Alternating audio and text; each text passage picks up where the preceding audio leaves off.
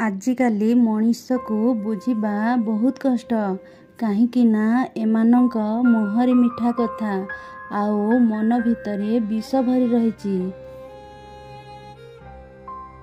समय सहित धीरे धीरे सबकिछि बदली जाए जेमिति कि लोक माने संपर्क बेले बेले आमे निजे भी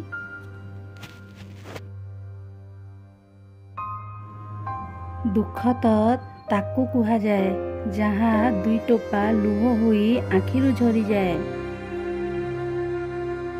खुशी मागिले मिलेनी, समय आसिले खुशी आपे आपे तुम पाखकू आसीबो, किंतु ए कथा मनीष बुझिकी भी अबुझा हुए।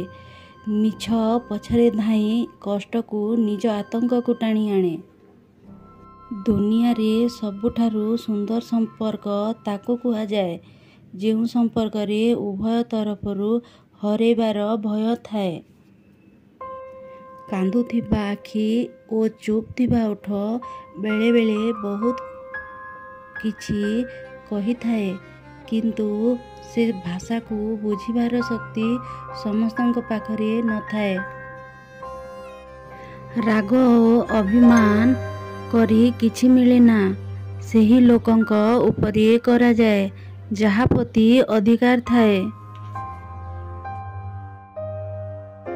जदि कहा पाई खराब चिंता करुछ तेबे निज पाली को अपेक्षा कर, निज संगे भी सेमिति हेबो जहा तुमे अन्य सहित करिथिबो।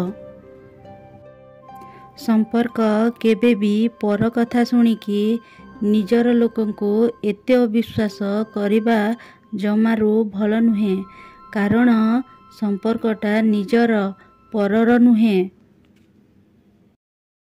जेउ माने कष्ट बुझी पारंती से माने केबे कष्टर कारण हुअंती नाही।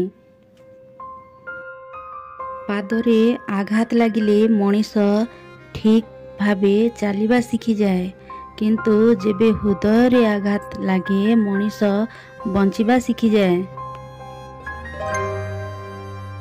बंचिबा पाई कौनसी परफेक्ट मनीष दरकार नहीं, बरं एही परी एक मनीष दरकार जिए रेस्पेक्ट आउ केयर करुथिबो, से ही तुम पाई परफेक्ट थिबो।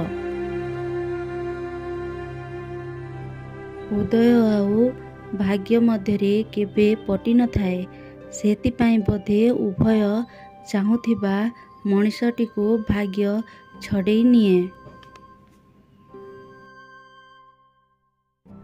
सहज आउ सरल पथ को आपणाउथिबा व्यक्ति केबे भी आगको जाई पारे नाही।